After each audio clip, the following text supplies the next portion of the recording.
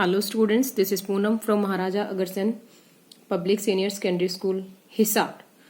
In our last class, we studied our first poem, The Ant and the Cricket. I hope you all have done your homework in notebooks and also learned. Now, today we are going to do our new poem. The name of the poem is Geography Lesson. And the name of the poet is Julfikar Ghosh. So students, this poem is not about geography lesson. यहाँ पे जो हमारी poem है ये कोई किसी geography lesson के बारे में नहीं है. यहाँ पर हम ना ही कोई ज्योग्राफी सब्जेक्ट पढ़ाने आए हैं. हम यहाँ पर एक पोयम समझने आए हैं जिसका नाम क्या है, geography lesson. Geography is the study of line and the earth. अब ज्योग्राफी से हमें, ज्योग्राफी लेसन मीन्स ज्योग्राफी से हमें क्या लेसन मिलता है, क्या सीख मिलती है, वो चीज हमें इसमें बताई गई है पोइट के द्वारा. So let's come to the poem now.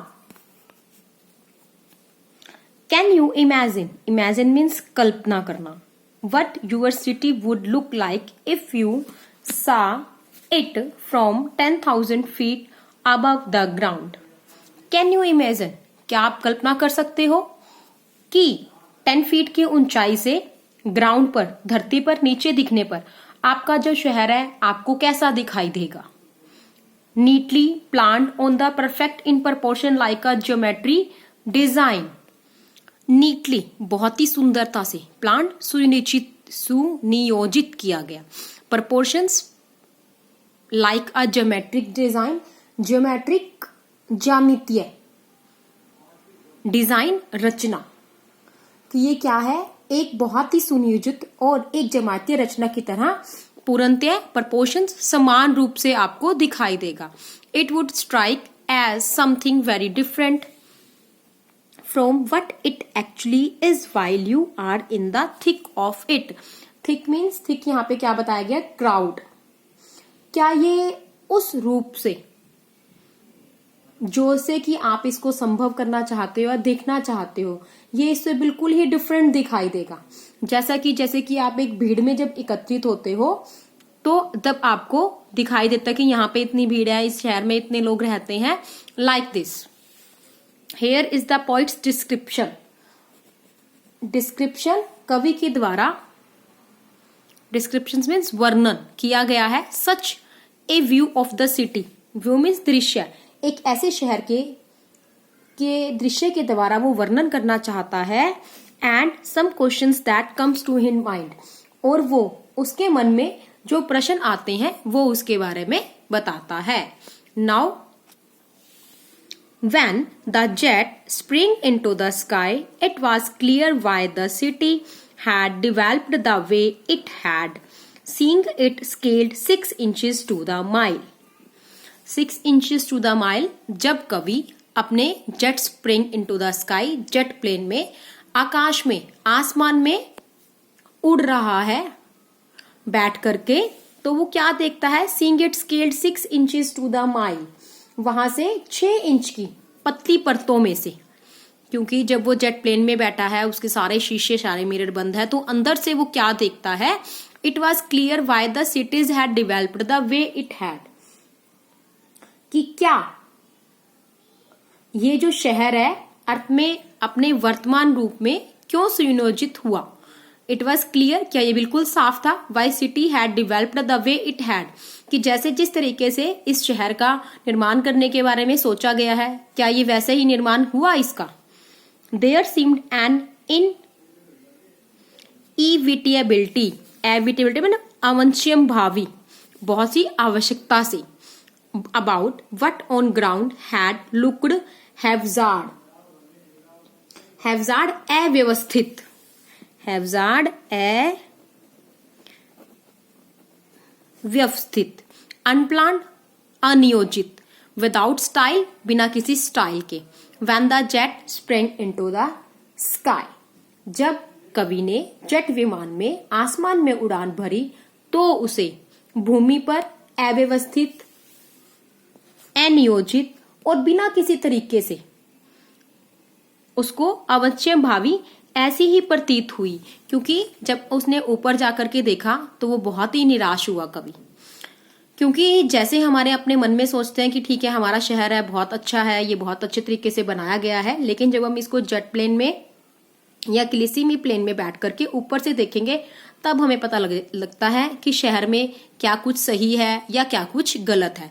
तो कवि के द्वारा भी इसमें यही बताया गया है कि जब वो उस प्लेन में बैठ करके ऊपर की तरफ जाकर के देखता है तो उसे बहुत ही ये जो शहर है वो अव्यवस्थित, अनियोजित और बिना किसी स्टाइल के प्रतीत होता है।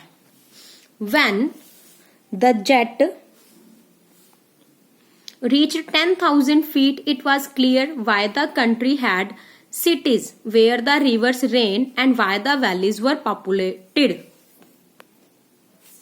When the jet reached 10,000 feet, जब जेट विमान, कवि जिस विमान में बैठा था वो जो विमान है 10,000 फुट की ऊंचाई पर पहुंचा तो बिल्कुल ये क्लियर था, स्पष्ट था कि देश में शहर वहीं पर क्यों बसे हैं जहां पर नदियां स्थित हैं, पानी है जहां पर बहुत सारा, और जहां पे वैली घाटियां वर पॉपुलेटेड जनसंख्या से भरी हुई हैं, वो वहीं पे क्यों बसी हुई हैं, वहीं पे क्यों है।